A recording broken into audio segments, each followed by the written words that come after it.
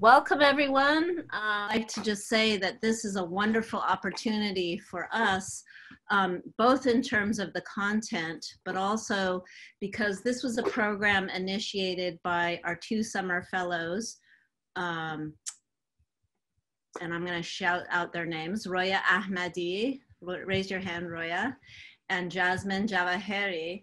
They were both summer fellows at the center, and Roya had been an intern last summer.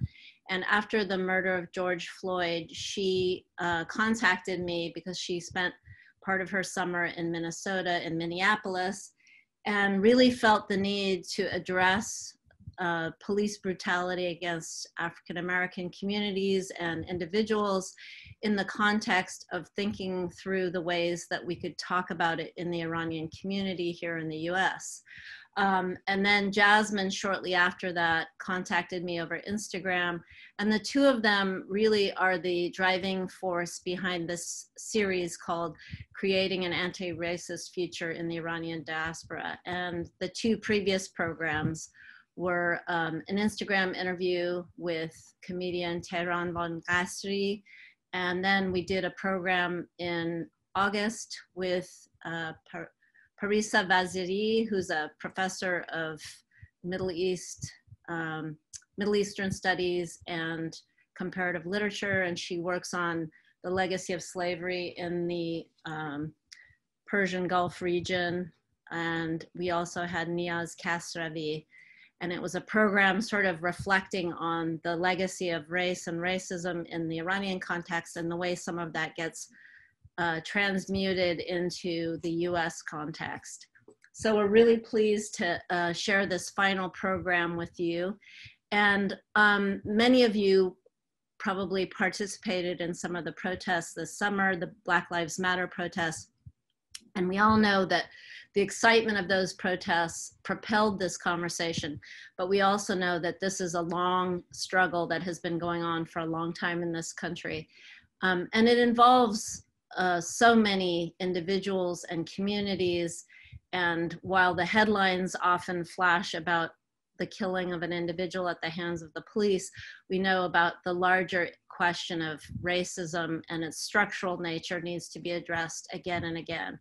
So I'm really pleased that today we're trying to address a lot of things about this particular moment, but also about the importance of the election and what it means to some of these issues longer term. So the three guests today, I hope, will touch on both the immediacy of the Black Lives Matter protests and what they meant and what they continue to mean, but also the importance of what it means to cast our votes and think beyond November, regardless of what the outcome of that election will be. So without further ado, I wanted to just say thank you to Jasmine and Roya. Roya is a senior at Monte Vista High School in Cupertino. She's applying for colleges right now. And Jasmine is a senior at UC Santa Cruz in critical race and ethnic studies and art. And they're going to introduce our guest speakers today. And I thank you all, and I want to remind you to fill out the census because tomorrow's the last day, to make sure you're registered to vote and you vote safely, meaning don't use those gray boxes in California. And then finally, also, if you want to participate in the conversation at the end of the presentation, the conversation that will be ensuing between our guests, we invite you to submit your questions in the chat box, and we'll make sure that we address those to our speakers. So thank you so much for being here. Go ahead, Jasmine and Roya. Hello. Like Percy so wonderfully introduced us. My name is Jasmine Djavahery, and I'm going to go ahead and start introducing our panelists. So we have Rahna Epting, who, as Percy said, is the executive director of MoveOn, the member-led grassroots progressive organization working to make this country a place where everyone can thrive. Rahna leads both MoveOn Civic Action, which works to advance progressive policies and social change, and MoveOn Political Action, which works to elect candidates who are committed to standing up for an inclusive progressive agenda. Hi, everyone. I'm Roya. I'm going to go ahead and introduce our next panelist. Layla Razavi is a Deputy Executive Director at Freedom for Immigrants, where she oversees development and strategy of policy, communications, and monitoring and investigations. Her work focuses on increasing human rights monitoring and reporting in support of integrated advocacy efforts to help build a world without immigrant detention. And our final panelist is Melissa Guzman-Garcia, who is an assistant professor in the Latinx Studies Department at San Francisco State University, where she teaches courses on the criminalization of Latinx communities and youth of color. Her research examines how racialized carceral control operates through local and religious organizations across Central and Northern California. And now Roy is going to get started with the first of our questions. Yeah, so thank you again to all of the panelists and everyone for joining us today. Just to start with kind of a broad question to introduce the panelists and their work, I'd like to propose this question to all of you. Could you each talk a little bit about how in each of your respective fields you've been meeting the attacks of the Trump administration, as well as perhaps mentioning a bit about your experience in your respective fields as women of color? So Rahna, let's go ahead and start with you. Thank you so much, Roya. Thank you, Jasmine, Persis, and hello to everyone joining here tonight. It's an honor to be with all of you as a California native, but I live out on the East Coast. I'm happy to join everyone here this evening. Yes, so as the executive director of MoveOn, I will say since the beginning of the Trump administration, our members, which are millions of folks all throughout this country, a multiracial coalition of regular folks that join with us online through email or mobile or social media. And the one thing that binds us, despite all of our differences, whether that's differences in culture, race, gender, generational difference, the one thing that binds us is it's a community of people that want to and are willing to take action to fight for each other. And since Trump was elected, the few days after he was inaugurated and he sought to implement the Muslim ban, MoveOn members showed up. We protested at the airports. We protested in solidarity with others that were organizing those protests. And I think it was very clear that there are millions of people in this country that were worried about a Trump presidency, that we were hopeful that maybe the worst of our fears would not come true. But we have experienced time and time again that they in fact are coming true. So we saw that with the Muslim ban and the attempts to implement that. We really galvanized energy among the broader community in this country when Republicans and President Trump attempted to repeal the Affordable Care Act. Day in, day out, hundreds and hundreds of attempts to repeal the Affordable Care Act, thereby denying health care from over 20 million Americans. And we saw protests all throughout this country, not just MoveOn members, but folks from little lobbyists, like children that are cancer patients that depend on the Affordable Care Act, people with disabilities the Affordable Care Act is literally saving their lives, mothers, fathers, children. I mean, everyone came out to protest and push back against Trump and the Republicans' attempts to repeal this without a plan to replace it. And we've been there ever since. It is exhausting to do this type of campaigning, which is defensive campaigning. But I've been heartened to see that the people will not give up, that they are coming out for one another to fight for one another, whether that's the Muslim ban, saving health care, whether that's electing the most diverse representation of the House of Representatives in this history of this country in 2018, or even whether that's about defending and fighting for the rights of those that are immigrating across our borders and seeking asylum. I've been incredibly moved that people will step out of their comfort zone. They will make it, they will put themselves in harm's way for each other, for one another. And so that's how we've shown up. I could go on and on, but I'll say as a woman of color and coming into the executive director role just over a year ago, you know, the public conversation has changed since I became the executive director of MoveOn. I mean, just think about what's happened in the last year. We went from this administration escalating tensions with Iran and us having to push back on any potential attempts to go to war. Then we entered a global pandemic around the coronavirus, and our lives were fundamentally restructured for who knows how long. And then we saw a heartening national uprising of people coming together to say no more killing of Black people at the arms, at the hands of the police, and that something is wrong. And we can't keep on going like this anymore. So the public conversation has changed. We saw the pendulum swing fairly quickly towards a majority of public support for the Black Lives Matter movement itself. And in fact, for efforts to reform policing in this country. And in the midst of all of this, I was a few months into my role as the new executive director here and wrestling with my own intersections of my own identity as an Iranian and Iranian American and Black American, and what it means for a mixed race woman of color to lead a multiracial mass membership organization. It was actually quite poetic to me that as growing up in my own home, I was mediating and helping my Iranian family understand my Black family in a white community. And I always kind of found myself in this mediator role to bring different cultures together, to help one understand one another. And yet I find myself serving this role again, helping people understand one another, see our interconnectedness, and to join together to fight for each other's rights to exist, for each other's rights to thrive. And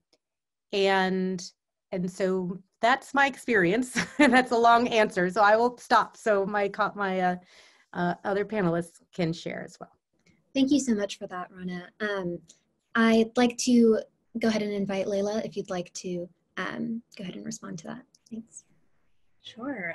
Well, first, hello, everybody. Good evening. It's a pleasure to be here with all of you, and I want to start by thanking Persis and the center and the benefactor of the center, Neda Norbari, I see is with us as well. I can't say I've been in this work for over 15 years, and it's so exciting to see conversations around race and social justice coming together in an Iranian forum. So very grateful for this space and conversation. And also thank you to our moderators, Roya and Jasmine. Super exciting to know the next generation's young leaders are moving us forward, and we're in good hands. So thank you for having me. I think Rahna gave a very good overview of what the last 4 years have looked like for social justice work and movement building. So I can talk a little bit about the work in California specifically, and also what's taken place in the immigrants' rights movement, which I think is a unique area of attacks by this administration. So directly in the aftermath of the presidential election, I think people in California mobilized very quickly. There were all of the protests that took place around at the airports around the country. But in addition, we suddenly saw a slate of really progressive legislation that maybe Democrats did not have the political appetite to take on in past years. And suddenly those things were sailing full throttle through the legislative body in Sacramento. And as a result of that, within 1 year of the president's being elected, let alone his inauguration, it was about 9 months after the presidential election that California signed into law the state's sanctuary law, which is called the California Values Act. It is the most progressive piece of anti-immigration enforcement legislation that we've seen introduced and passed in any state in the country to date. And I think it's really a model for how states can respond to some of the anti-immigrant attacks and xenophobia that we've seen. So all of that to say, I think there was a massive influx of donations, supporters, activists, people getting involved who hadn't been involved in past years. And in particular, I think when we saw things like family separation, we suddenly had regular everyday folks who were getting mobilized and passionate and feeling called to respond, joining protests, being active online. And so it was really wonderful to see this huge momentum and enthusiasm. I think the one thing I want to highlight with respect to the immigrants' rights movement in particular is we've had a very strong immigrants' rights movement in the last 10 or 15 years. And when I say immigrants' rights, what I really mean is the civil rights and the right of all people who have immigrated to this country to be treated with fairness, with dignity, and with equality.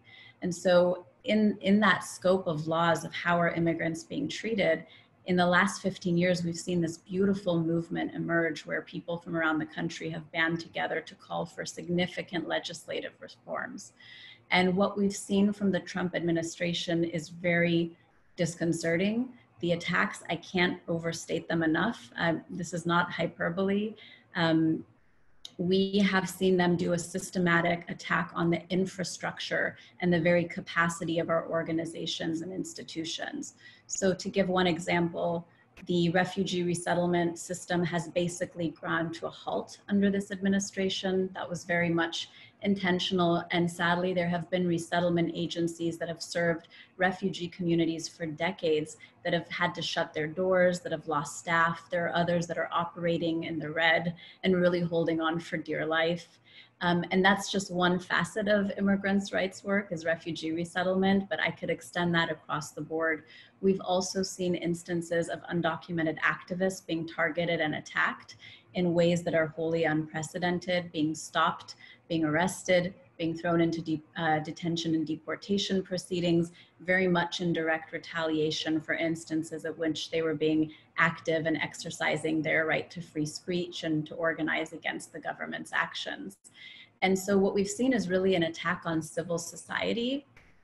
Most recently, we've seen that down at the southern border, there were attacks and arrests against people who were taking water to migrants who are trekking through the desert. And so when you see attacks on humanitarian aid and civil society, it sounds a big alarm for me personally, because these are the moves that we see of totalitarian regimes in which they're going after the very infrastructure of civil society, those service industries, those people who are the government watchdogs who sound the alarm when things are going wrong. Those are the groups and the entities that are being attacked. And so while there have always been administrations that might have been more conservative or maybe were increasing the number of deportations, we haven't seen an attack to the very infrastructure and institutions that were supporting immigrants before. So all of that to say that I think we're in a very new era, and it's really challenged all of us who are doing the work to think of new ways to be resilient, to be creative, to band together and to fight back, because the challenges being presented are so new and so daunting. I think for the second question about my personal identity, when I started this work 15 years ago, there were not a lot of Iranians who were active in social justice movement spaces. I know there were some out there, but it was very few and far between. And so when I would go into legislative advocacy work and spaces, it was a lot of Latinos and other people of color. And those were the communities, API, those were the communities I kind of had to gravitate to and look to for support and mentorship. And I think early on, as I was starting my career, a lot of relatives and friends would say, oh gosh, like don't get involved in politics, you're either going to be poor or they're going to assassinate you. And I think there's those things that we bring from our home countries of like, this is dangerous, this is dirty. And I've just spelled out some of the potential dangers and pitfalls of the work. But I will say one of the most hopeful and inspiring things for me is how much our community has shifted and how much young people and the new generation of folks coming into social justice work have a completely different view. I see young Iranians all the time that are creating their own spaces and looking at ways to build coalition with other communities of color. And I think there's less and less of that reluctance and hesitance to claim our identity, to come forward and to organize and to band with other organizations, whether they're Black, API, Arab or Muslim American or Latino. I think more and more Iranians are creating and coming together in really creative ways. So despite all of the doomsdaying I laid out and the very real challenges that I don't want to minimize in any way, shape, or form, I have that trajectory, I guess, gives me a perspective that brings me a lot of hope. Thank you so much for sharing that, and really kind of starting to lay out how detrimental this administration really has been in so many different aspects. And as we'll be kind of getting into exploring some of those more specifically a little later in the panel. So next, I'd love for Melissa to go ahead and talk about how you've been responding to the attacks of the Trump administration and your identity as a part of your work. Hi, everyone. So I just want to thank Jasmine and Roya for organizing this. It really feels really empowering to realize that, like, when I was an undergrad and when I was in high school, I was definitely not organizing in this way. And so to see so many young people show up is just amazing. So congratulations. I'm super, super empowered and refreshed by this energy that you're bringing to this conversation. So thank you. I'd like to begin today just by honoring George Floyd, George Perry Floyd Jr. He should have been turning 47 years old today. He should have been with his family, having cake and celebrating. So happy birthday. There's a lot of mourning that I think all of us are going through. And 4 years ago, in November 2016, when Donald Trump was elected, I had class the next day. So I'm a professor in the Latino Studies department at San Francisco State. I was teaching like 80 people, and most of these students are working class, Latinx, Asian American students, Black students, but also working class white students who have been, you know, they're veterans. They're trying to like claim their education benefits that were promised to them by going off to war. And so we have, you know, this conversation about policing, right? And I go to class that November 2016, and my students are devastated, just like me, right? So I have students who have parents who are undocumented, who are like, hey, I need to see you. I feel really scared right now. So students didn't show up to class. They were emailing me saying like, hey, I gotta go visit my mom because I just have to be with her right now. I had undocumented students who were really scared about their potential to keep going to school because of all of this blatant like white supremacist, anti-immigrant, not only rhetoric, but just the violence, right? This terror that this administration has met for so many of our communities. And so not only am I seeing this, but we're also, you know, this is when Colin Kaepernick is kneeling, right? During the games, and people in my classroom, I remember having that conversation with them. It was really difficult to navigate all of these, you know, different perspectives of students that want to be police officers, students who grew up generations in the United States having police terrorizing their communities, their grandparents, their parents, and now somehow this country has led them into believing that if they only work so hard to get a criminal justice degree, then they can be a better police officer. And so the way that I've responded as a professor is just basically listening to my students and trying to really think about how I can help them continue to be fearless and continue to organize and continue to really question, like, what is the point of my education, my public education in this political moment? How did this idea of me wanting to be a probation officer or a police officer as a goal for changing my community, how did that even develop for me? But also to address the actual violence of all the community organizers who are in my classroom. And this might be a thing just at SF State, that legacy of just, you know, like radical organizing, like so many people that have paved the way for us here at SF State. I had students who had been knifed at anti-fascist rallies. And so I really had to shift in these 4 years, I really had to shift the way I was teaching. And so it's this fearlessness and finding courage in being vulnerable as a professor and not caring, or not that you shouldn't care about like all of these professional things, but really paving the way for young people like Roya and Jasmine and all of our students to continue organizing and continue having these critical conversations about the historical, original purpose of policing, not only in the United States, but globally. And so having that historical perspective with that hands-on,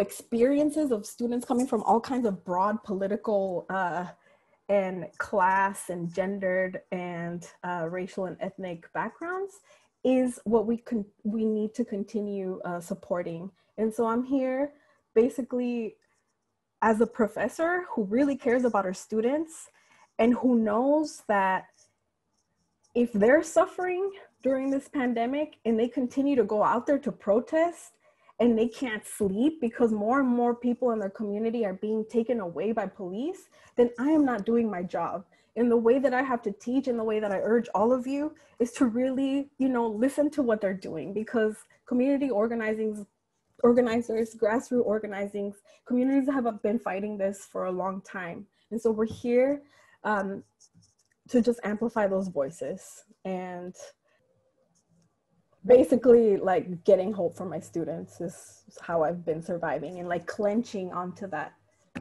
because it's really easy to just lose hope. So thank you again. Thank you so much. I definitely agree. As a student right now in undergrad, I think professors like you are like what we need and are looking towards, because it's so easy in this time to lose hope constantly on a daily basis over new things that keep happening. And by looking to the community organizers who have paved the way, like you said, younger organizers and folks who may not have felt in the past, kind of similar to like what Layla was saying. I also grew up in a kind of similar environment and not told to really stick out too much, because you want to blend in, you want to make sure that you aren't doing anything to get in trouble, to stand out, you want to assimilate as smoothly as you can and not do anything to disrupt that, and it took me a while until I realized and I found the mentors and the teachers I had in undergrad who opened my eyes to the university spaces and the other spaces that are usually seen as untouchable, and finding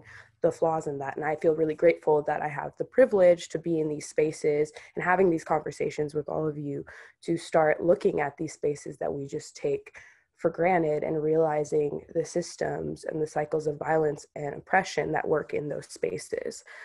And so with that, I also wanted to talk about keeping this hope and how do we stop this moment for just being a moment, from just being a trendy hashtag or something to sell merchandise on. And I wanted to direct the first question back to Rahna.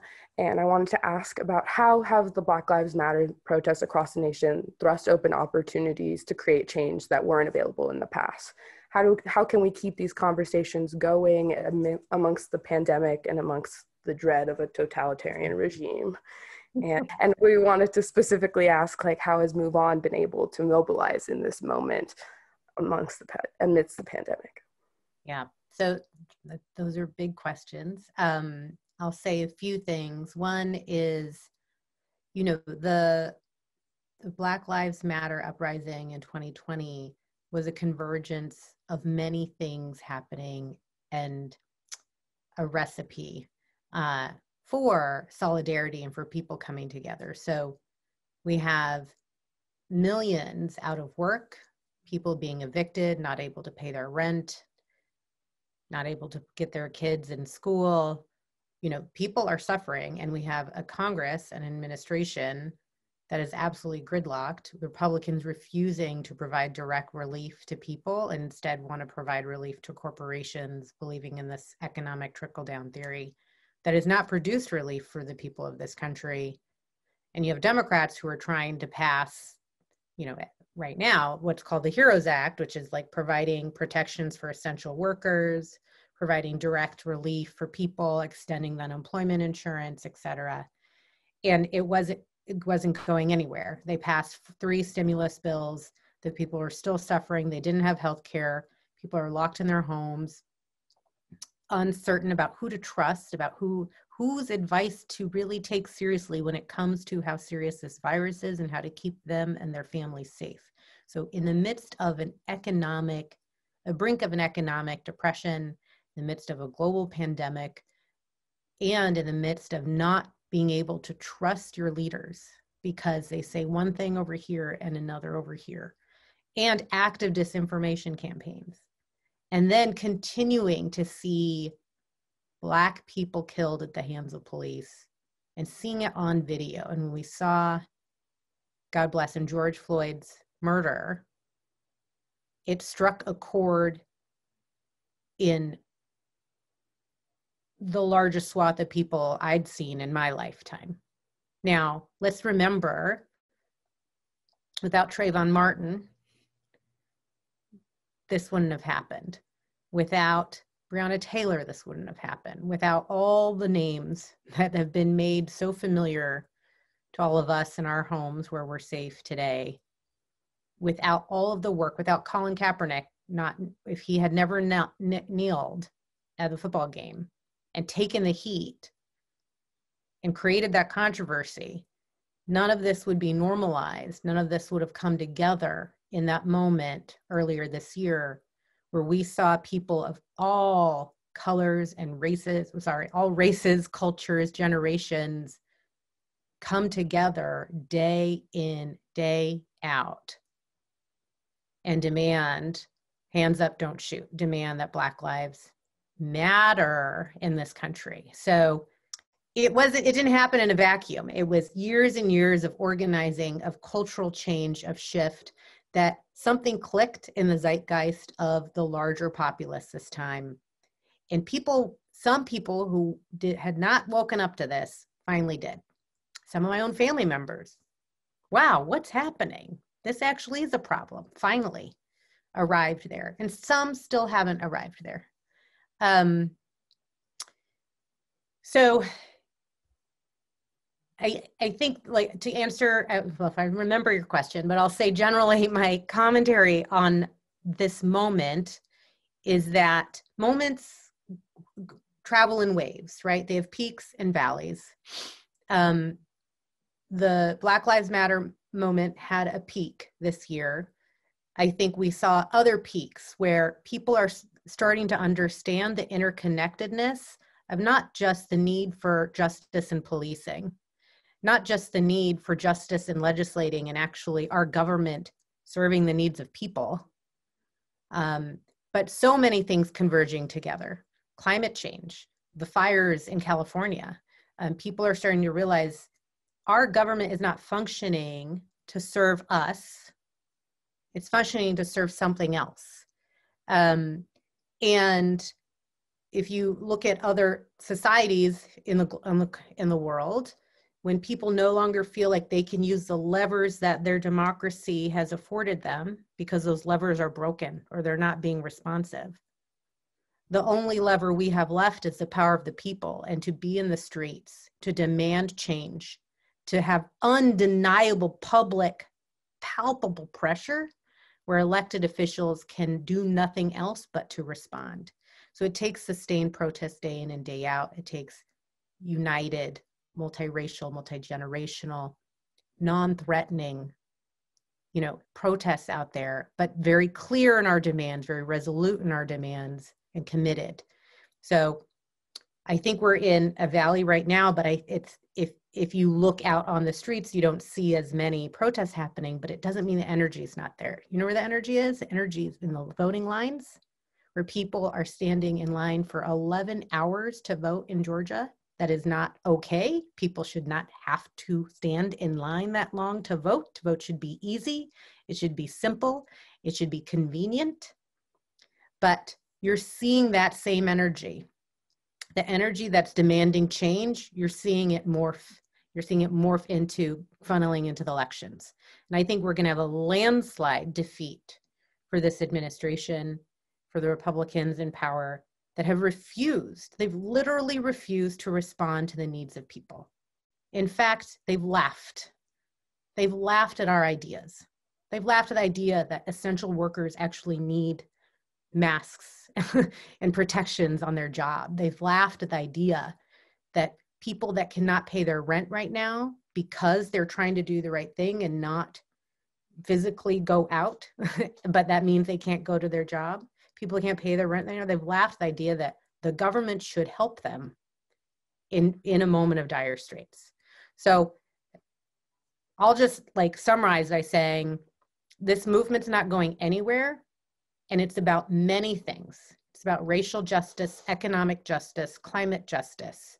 It's about our lives and our future, and that the solutions our government has given us up until now have been crumbs and wholly insufficient. And whether you're a Republican or a Democrat joining us tonight, like I think we can agree that our government has not been responsive. And ultimately, you know, it's no secret, I'm a flaming liberal. I run MoveOn. But ultimately, I believe we deserve a democracy. We deserve leaders that care about the people in this country, that want to be responsive, and we need to pick. We have the ability to pick who our opponent is in this presidential election, in the Senate and House election. We get to pick who we want to go up against, who we want to organize, who we want to push, who we believe is the best option to be in that seat for us to get something out of. And I think that, you know, I don't know if we can talk about politics too extremely here, but I think we have a choice in this election, and people are making that very clearly. Thank you so much, Rahna. I think you said so many important things that we need to highlight. I think that in order to keep this momentum going, we have to remember that even if we might not see it everywhere, it is still happening. I know of folks who are still out there protesting in the streets of downtown LA and Portland, and the protest is still happening. And there are so many things that we need to be aware of when we are taking a choice not to vote, because it is really important to be casting our votes, not only in the national sense, but also at the local sense. And there's so many city council elections, propositions, and measures that are going into effect that will directly impact incarcerated people and people of color and undocumented folks who do not have access to voting. And if for nothing else, you should be voting for those people as one step. I think the voting should be one of the many steps that we should all be taking. And I think that's really important to highlight. And I want to encourage everyone to try to reach out to those, you know, at least like 5 people, you know, after this, just tell them vote, just a reminder, find the local ballot boxes that are approved in your city. We've seen a lot in California of fake ballot boxes. So make sure you either call or check online and you can find the approved ballot boxes listed. All right, we're going to move to Roya's next question. Yeah, thank you. And for, again, just highlighting everyone, the importance of voting in this election and making sure our voices are heard in that way, but also carrying the activism past the election, whoever the party in power might be. Next, I'd like to kind of, again, addressing the current moment and protests in support of Black Lives Matter over the summer. Melissa, if you could speak a little bit about how recent instances, or not recent, but the protests around Black Lives Matter and how police violence against Black individuals in this country also reflect and relate to policing in Latinx and immigrant communities, and kind of how you've seen this conversation evolve recently. Thank you for that great question. So I think the way that I continue to learn. And so it's been through the work of Black feminist scholars like Beth Ritchie, where I really started to think about like, what does it mean to really talk about like this historical legacy of racist and patriarchal and heteropatriarchal state terror in the lives of Latinx communities today? What is that legacy? Why do we have to talk about that important historical legacy? And how is it, like, what sorts of criminal justice reforms and political and economic shifts in the United States have created this like pressure for capitalism to use the criminal justice system, to use incarceration, to use carceral violence as a way to continue extracting labor and exploitation out of Black people, out of Brown people, out of marginalized communities. And so it's that larger historical background that that I think we really have to think about when we're trying to understand how police terror, surveillance, the occupation of law enforcement and immigration enforcement, this like crimmigration system of like how we got to this place where like, you know, the women at church who I study, who maybe like 20 years ago when they first migrated to this country were undocumented and they didn't feel that fear all the time, where people have to like pray and actually prepare every time they drive out, because it's that carceral violence that prevents you from even feeling like you can move around in your community.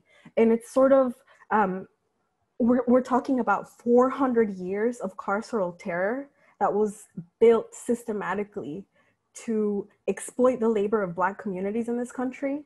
And then kind of a parallel history in the Southwest, 150 years of racist terror and white supremacist like violence against Mexican American communities to extract their labor power in California and to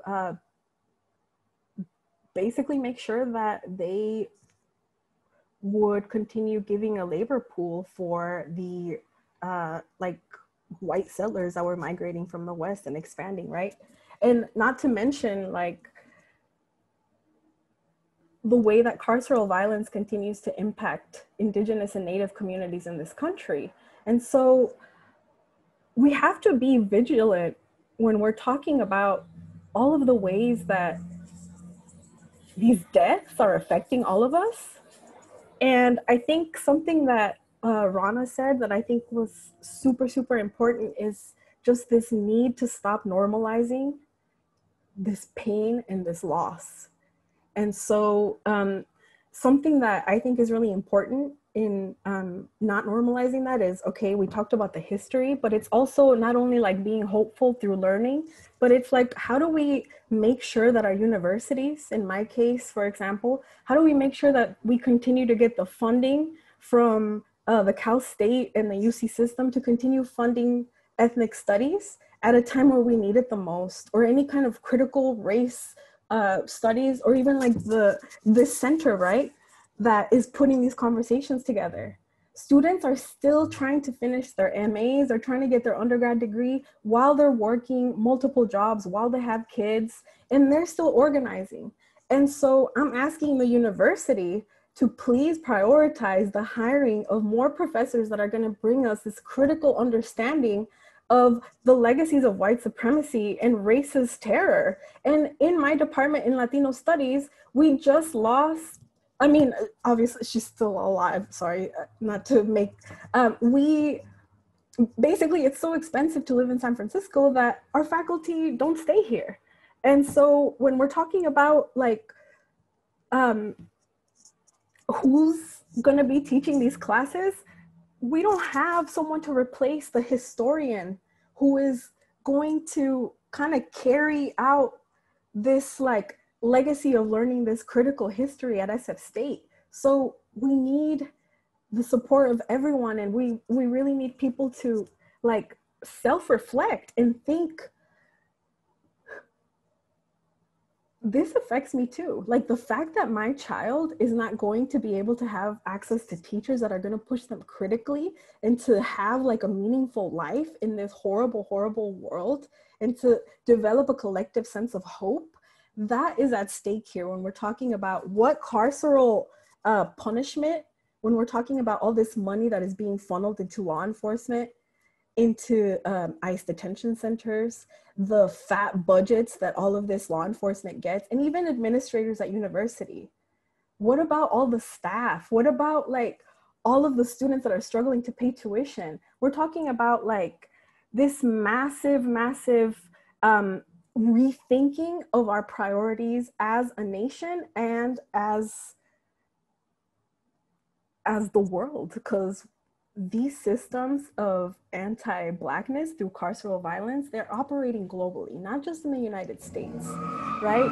And so the other thing, so learning history, funding, critical ethnic studies, and funding departments that are going to give us this like history of white supremacy and allow students to heal through that way. So that's number 2. And then finally, number 3 is really remaining joyful and celebrating all of the stuff that we've been doing. Not we, like people. So one quick thing, just look up the case of Minneapolis, right? My first comment here was to say, like, we remember you, George Floyd. Like, today should have been your birthday. But guess what? Like, in Minneapolis, there's this committee of organizers, young people, mostly led by Black women, Black queer folks, Black trans men and women, who are not shutting up. Like, they're tired of the state telling them, oh yeah, you lost a loved one? Too bad. There's too many people that this is happening to. So in the case of Minneapolis, this is the first time where we see like this call not only to defund police, but to replace it with, and I have to read it off, it's the Department of Community Safety and Violence Prevention. And so what I want to ask people is, there's going to be a lot of these initiatives in your states and cities where people are going to be like, yes, defund police, defund police. But who is doing this rebuilding, right? I want our students. I want people with a radical love for their communities to be at the center of this reimagining. And what we're seeing is like New York, NYPD, for example, today just released a report saying that they were going to have this committee of people to reimagine police. But who are they inviting to this? Are they going to center all of the queer Black folks and Black women who are at the center of this, who have been fighting for generations? Or are they just going to be like calling, like, I don't know, it doesn't matter, but like, let's talk about what this actual call for reimagining police actually means, because what some of these people are saying is like, accountability, let's put more cameras on police. Like, how many more videos are we gonna watch? How many more cameras? Like, we are mourning. And the reason I'm yelling, and I'm sorry, y'all, I like haven't seen people like everybody, and I don't even know if I'm yelling right now, but my respect to everyone.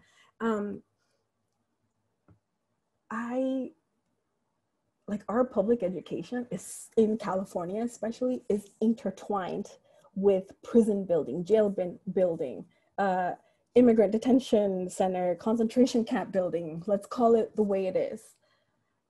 So all of our students, even if you're not feeling it right now, even if you're not at a Cal State or a public education, your life right now is on the line. And so just kind of reminding all of us that we are much stronger and that we have to continue celebrating and recognizing all of these changes, right? Who would have thought that a police department would have ever said, defund and reimagine, and let's develop a community safety and violence prevention program that is actually rooted in what our community needs. And so, yeah, let's enjoy those moments more too. So I can offer, I think, maybe 2 main observations that might be useful for this conversation. One is, with respect to our work at our organization, Freedom for Immigrants, we work solely on immigration detention. And so we're looking at all of the human rights abuses that take place within that carceral system, all with the goal of bringing to light those abuses and working to abolish the immigration detention system. And I think one of the interesting ways to explore like how Black Lives Matter has impacted our work and what it's meant within the context of immigration detention, looking at race is, first, I think most people, when I tell them I'm working on immigration detention, what comes to your mind? What do you think we're doing? Most people think we're supporting and serving individuals who come principally from Central America. And I have to inform you that's absolutely not the case. Especially because of the Trump administration's Remain in Mexico plan that has essentially shut down the southern border. So migrants and asylum seekers have just been basically left out in the streets, quite literally. They're living in tent towns. There's actually a very large portion of West Africans and Haitians and other Black immigrants that are currently occupying our immigration detention prisons around the country. They're not at all a minority. They're a sizable portion of who's being held in our prisons, our immigrant prisons. And there's some interesting ways in which we've seen disparate impact play out even within that immigration detention system. For example, we see that the bond rates to get people out are higher for Black immigrants by and large than they are for non-Black immigrants. We see that the Black immigrants are more readily thrown into solitary confinement than the non-Black immigrants. And so I think there's a lot of work we have to do even within immigrants' rights movement spaces to unpack like what, I think it's very easy to just think, okay, it's immigration work, this relates to everybody in the same way. But that's not necessarily the case. And I think the murder of George Floyd and the protests in June really got a lot of conversations going within immigrants' rights advocacy spaces about like, what are we missing? What are our blind spots? What do we need to be better about? How are we analyzing race and all the data and the human rights monitoring that we're doing? Are we really getting the full picture? So I think that's one piece of it. The second thing that I want to offer is just a broader point of, you know, I think with any ethnic community, any POC group, it's really easy to look at something like BLM and think like, of course, I'm an ally, this impacts me. And I would say that first week in June was a very challenging moment that inspired a lot of difficult internal conversations among some of the immigrants' rights organizations about how we're showing up in this moment and what it really means for us and for our work. We talk a lot about like how the police state and the militarized police presence in Black and brown communities is impacting everyone. Indeed, after the murder of George Floyd, I heard people even talking about how white Americans are being brutalized by the police. And we've definitely seen violence against white protesters. And so I think there's this attempt to say like, all of us matter, like we're in this too, like it, not just you, it's me too, like brown lives. And I think there's been this attempt to be in solidarity to such an extent that it's resulting in erasing of what real anti-Blackness looks like. So I would encourage folks, if you go to our website to freedomforimmigrants.org, under our About Us page, we have a link called Why Abolition, and we'll go ahead and send around the link to that page in a follow-up email with resources from this conversation. But one of the things we do, and this was something our organization had worked on years prior, is trace the legacy of our country's immigration laws.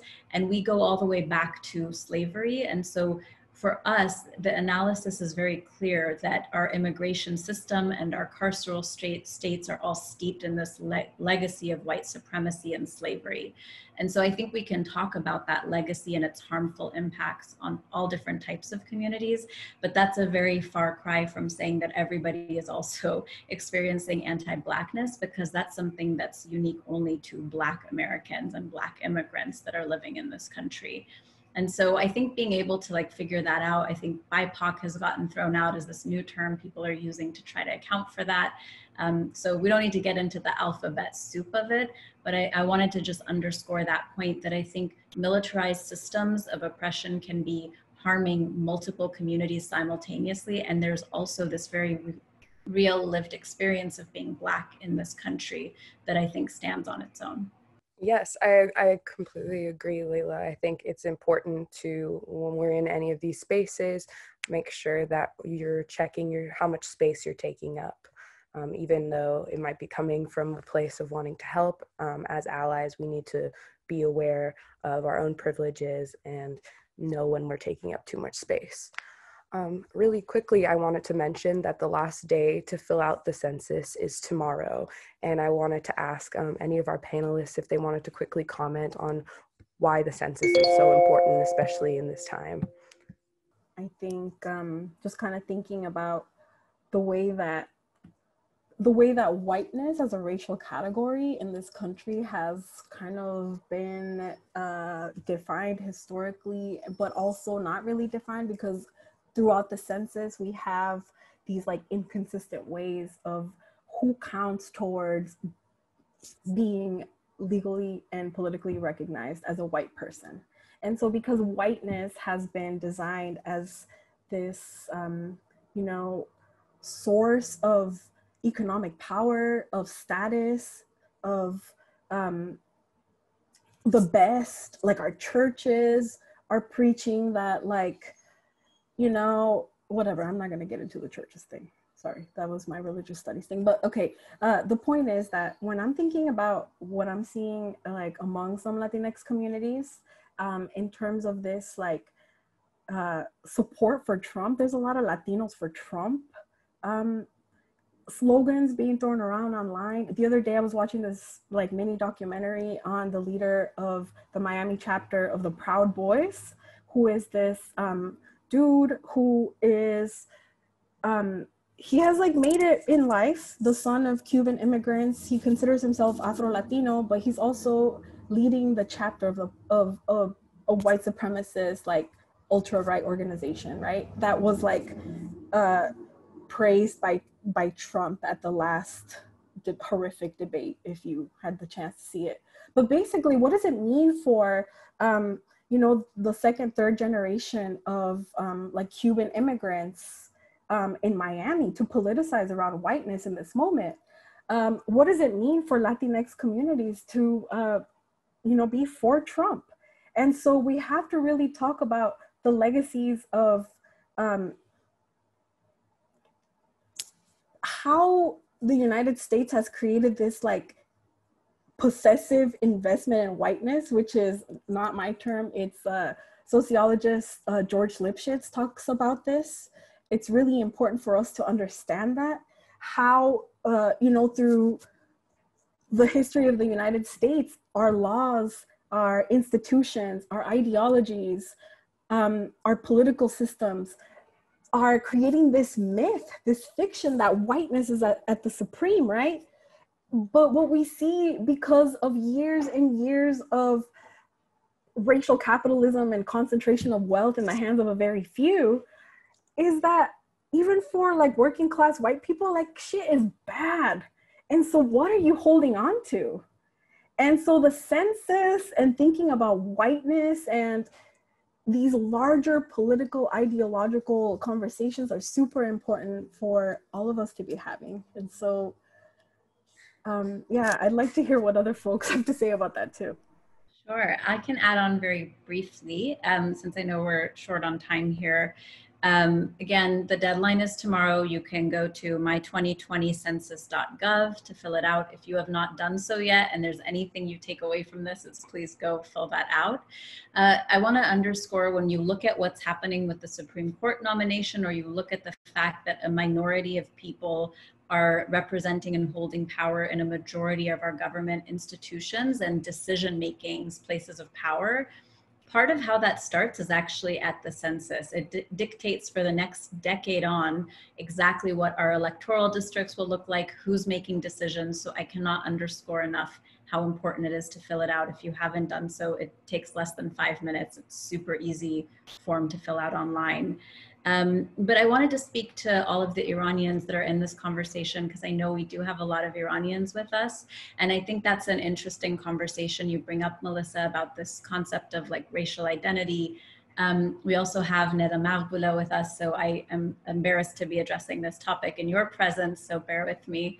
But I'll just say that there have been a lot of Iranians that have taken on major public campaigns in recent years to get Iranian community members to show up and fill out the census, and to write and check off the box that says other and write in Iranian-American.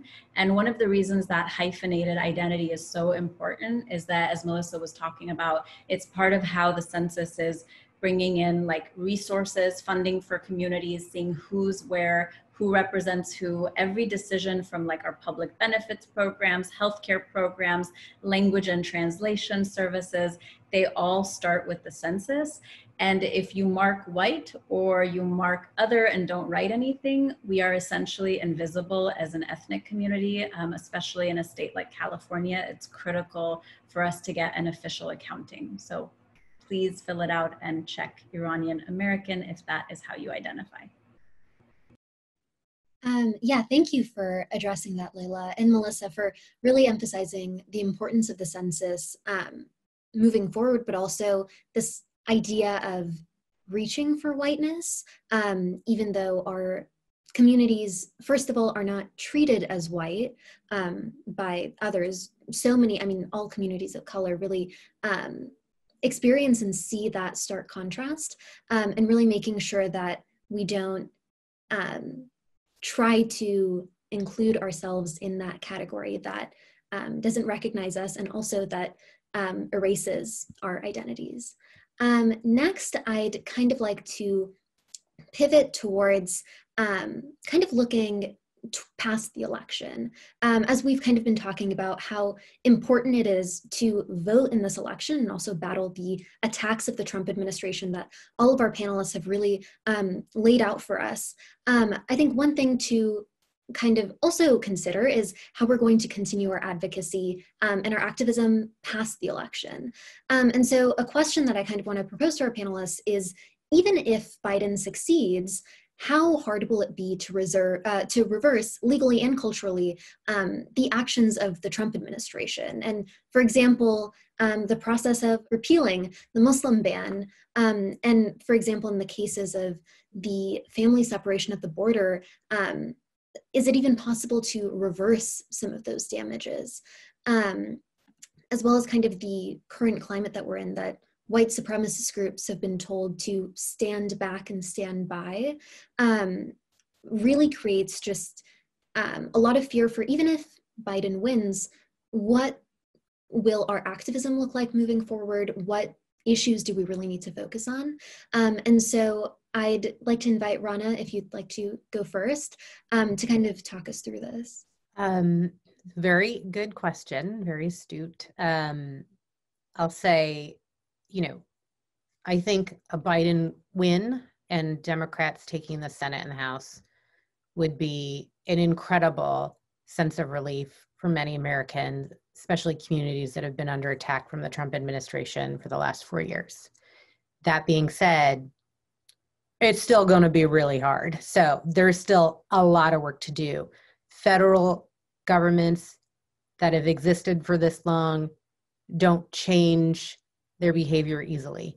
We have our work cut out for us, but it's definitely the terrain that I would much rather be organizing on to be able to make our vision for the world a reality. It's much more possible in a Biden administration than it ever would be in a Trump one. So when I talk about the vision that we have for the world, it's one where our government is ultimately there to support people and not profits or corporations. It's one where we restore the societal contract that we have with one another. I mean, governments are based on this idea that if we pool our resources together, we can benefit the greater good. And that contract, the social contract, has been broken in this country. We've seen it in the coronavirus pandemic around the mask debate, which has been politicized. Really, me wearing a mask is about me protecting you. And there are people that are seeing that as oppression instead. So on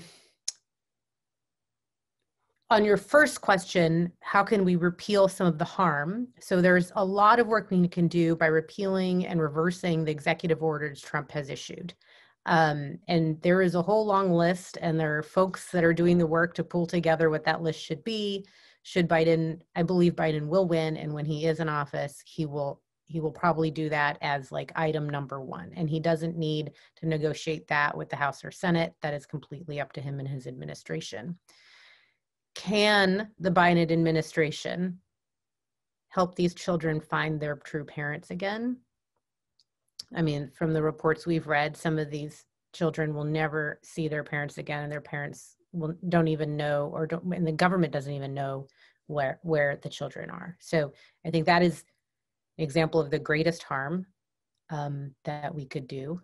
Just one of the greatest harms that this government has done over the last 4 years that we may not be able to reverse. But can we reverse, or can we push for more humane immigration policy in this country Is it time for this country to reckon with its violent immigrant past and to finally do right here? Yes, it is.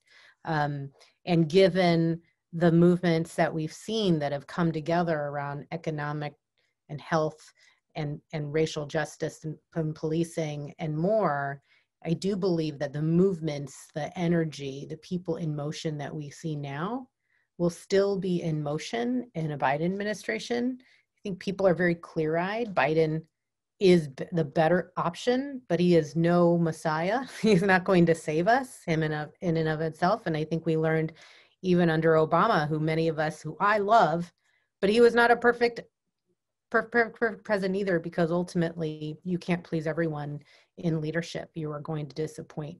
That is a guaranteed part of the job. So the question is, who is Biden more inclined to disappoint, and how do we organize to build enough power for the issues we care about so we are not the ones he wants to disappoint, because we bring too much power to the table. And it's not just him. It'll be a fairly conservative Senate, even if Democrats win power, it'll still be a fairly conservative Democratic Senate. And we'll have a much more, we've had a progressively more liberal House. So the work, there is a lot he can do to repeal the executive orders that Trump has instituted. There are some harms that can never be undone.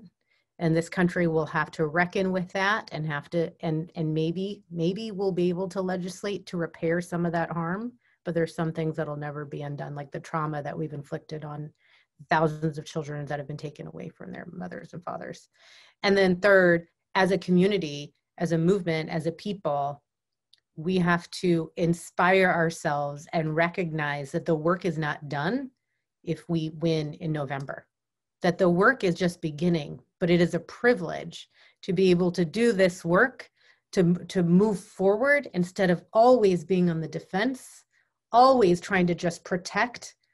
And instead, can we find a way to push an administration to recognize immigration challenges that this country needs to deal with? Can we push the administration to recognize climate change, the intersection climate change has with immigration? Can we push this government to recognize that it needs to change the rules by which it functions so it can be responsive to the people again, or for the first time ever, to be honest.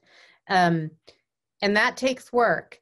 And my hope is that people will continue to be inspired to do it, but it will be with a different energy, hopefully one that's not filled with fear, absolute fear and terror.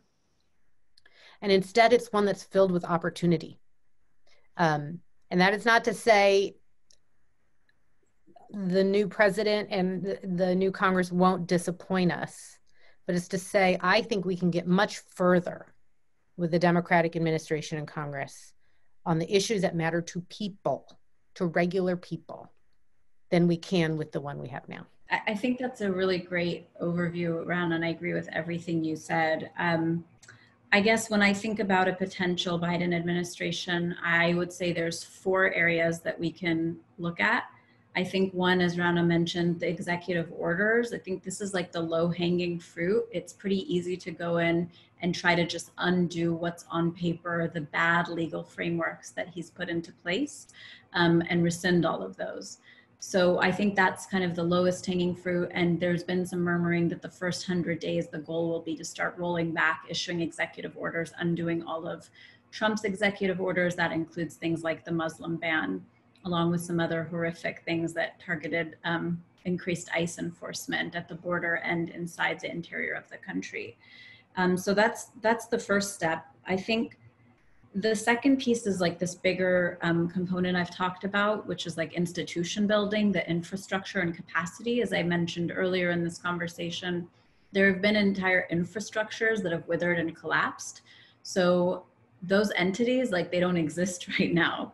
And it takes real capacity, money, investment to build infrastructure. So it's literally like rebuilding after a storm or hurricane. And my biggest fear is that if we leave it to our elected officials alone, they will not have the political will to do that. They will not reinvest in rebuilding. So undoing the law, one thing, but rebuilding infrastructures that serve immigrant communities and people of color, there's absolutely no incentive for them to do that unless we push them to. So I think this goes to what Rahna was saying about, like, it's an easier space to organize in, but they're not going to do it just because they're in office. It's really going to be on us to demand that of them. The third thing I want to talk about is like this lasting harm.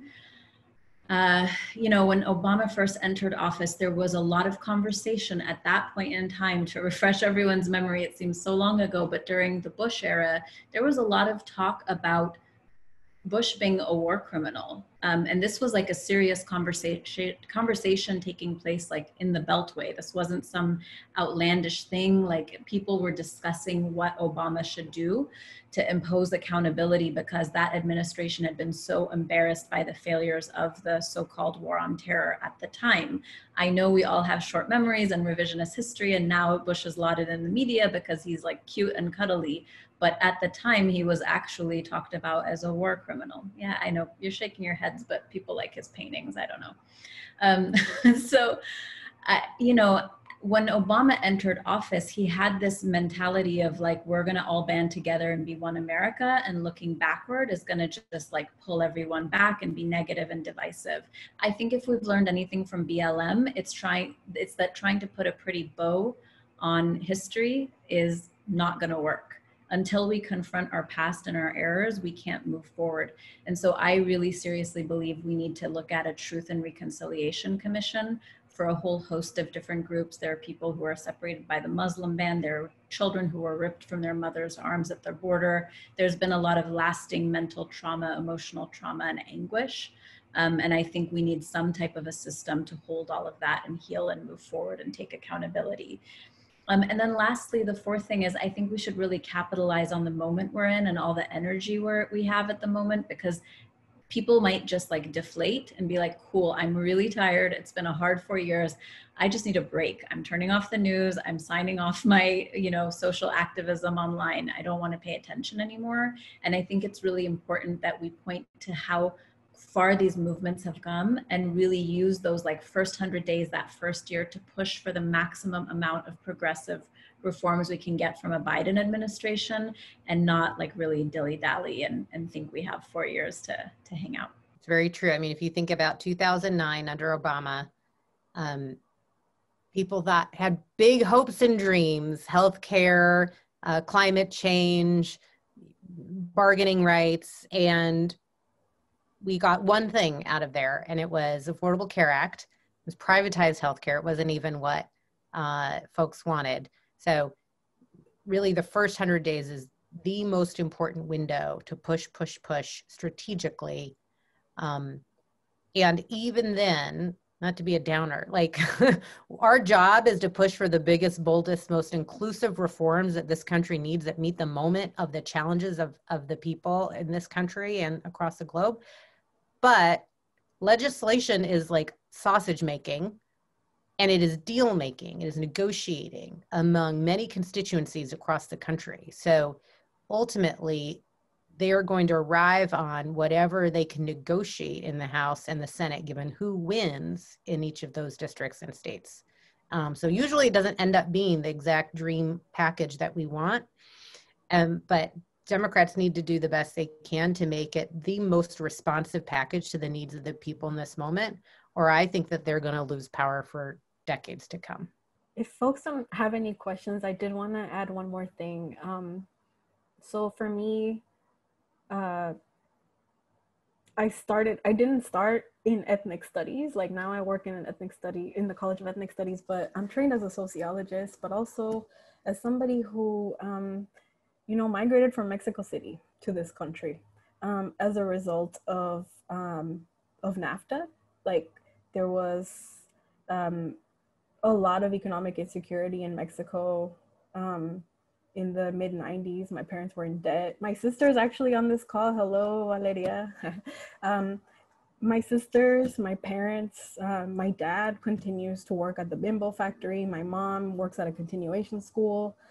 Kids are still getting arrested. Like, things are kind of business as usual, but the way that I'm like the sociology part for me, what I'm saying is like, this is a spiritual issue for me and for a lot of the communities that that I have spent almost a decade kind of working with. And so we need to think about these spiritual, psychological, long-term impacts of all of this violence, and who bears the burden of that. Who bears the burden of having to heal their communities, of having to find bodies and like mourn? How many deaths are these mothers, sisters, fathers, brothers going to continue seeing? Not only like the physical death and loss of their loved one, but we're talking about memorials that are being trampled by police officers. Or even like when we hear about police culture and all of their little rituals that they do backstage, like for example, and this was one last thing, like Sean Monterrosa's sisters, this is a case from the Vallejo police of a young Sean Monterrosa who was killed by Vallejo police. His sisters had to give up their jobs and basically like, this is the only thing that they have to do because life can't go on when you lose a loved one. And so it's a matter of life or death. We're, you know, under COVID or the Rona, like no one wants to get the Rona or whatever. But like I got cousins, I got families that have gotten it. We have students who have gotten it. Like this is economic devastation. This is on top of like mourning. And so we need to give that space to mourn and to have that like spiritual health and to frame this as a public health issue. And this stress, like all of you, I'm sure have had sleepless nights. I'm sure your heart sometimes hurts. I'm sure you can't breathe. Just like the way that that George Floyd was asking to be allowed to breathe. So let's focus on that too. Protecting the people who are having to hold their communities together during this time. And so don't forget that spiritual care also, and to turn to our communities and this collective sense of like spiritual care. We have to protect that.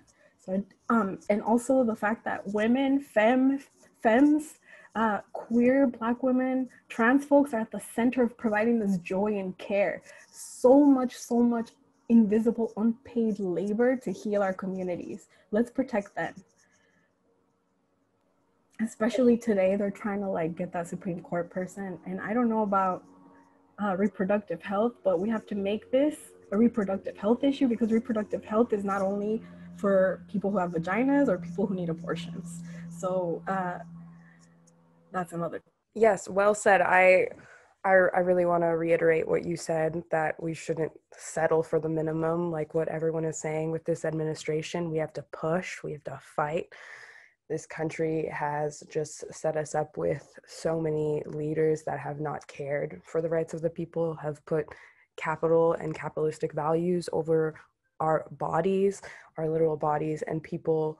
We can't stand for it anymore. And I want to reiterate, like, again, what Melissa was saying of how important it is to not only take care of yourself and your own mental health and making sure you're taking the time to prevent burnout, but also looking to those community members who are constantly doing the work, who are full-time students, who are full-time students working a full-time job and doing community organizing. And there are ways to help in paying reparations in those ways. I constantly see GoFundMes being posted on Instagram, social media, even if it's a little bit, $5, $10, I guarantee instead of just spending that $5 that you would somewhere else, that money is going to mean so much more for that person who needs it.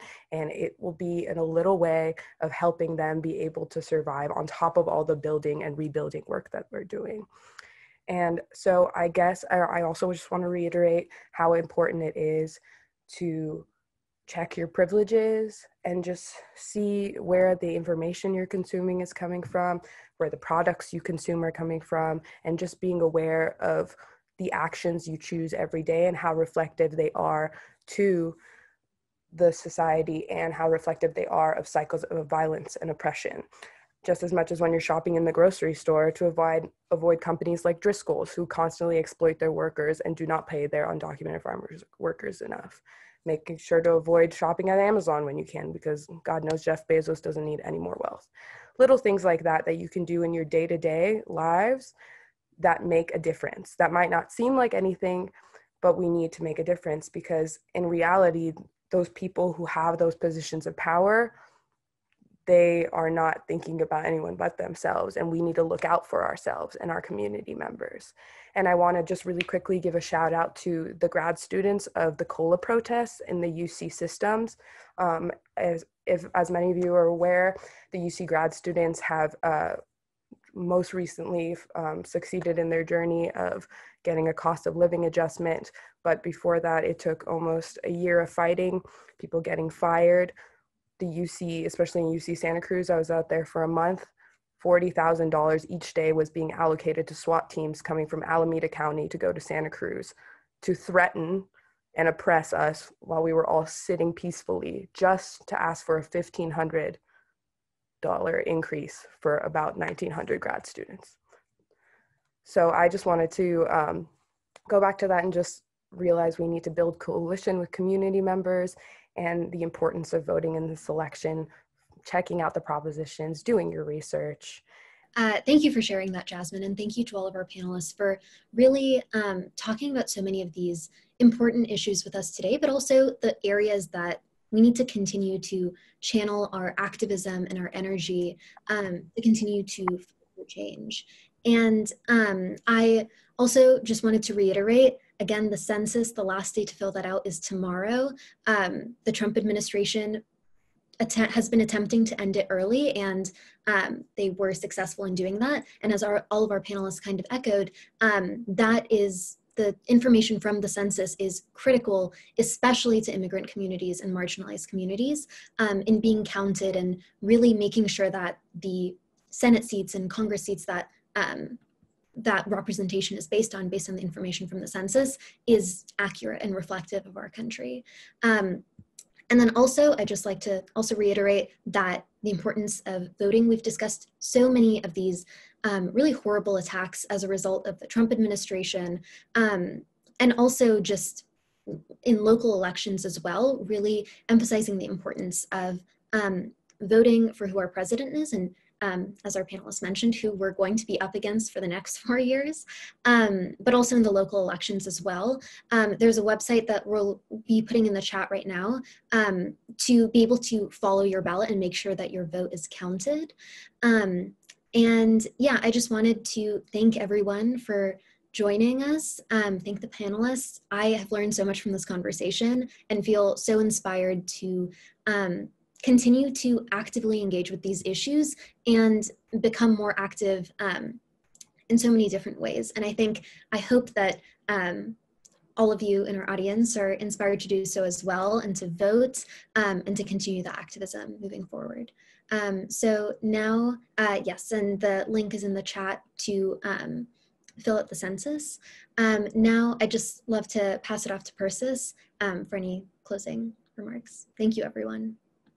Thank you so much to the three of you for joining us and for your insights and your activism in all the ways that you're continuing to do this work on the ground and in places and spaces where there is a lot of hurt and a lot of mourning. And thank you also, especially Melissa, for mentioning the spiritual, because I do think as a country, we are in a time of terrible demoralizing feelings. The sleeplessness for sure. And, you know, I'm tired of drinking wine myself to cope with it. So thank you for mentioning that. And I really want to thank Roya and Jasmine for organizing this speaker series. You did a great job. And I think you'll all agree with me that we need to cultivate, mentor, and support the next generation of young activists and leaders, and emphasis on leadership, I think, because in some ways what we see in our, you know, in our government right now is a critical lack of vision and skill in leadership, which doesn't mean using your power against others, but listening to communities and people.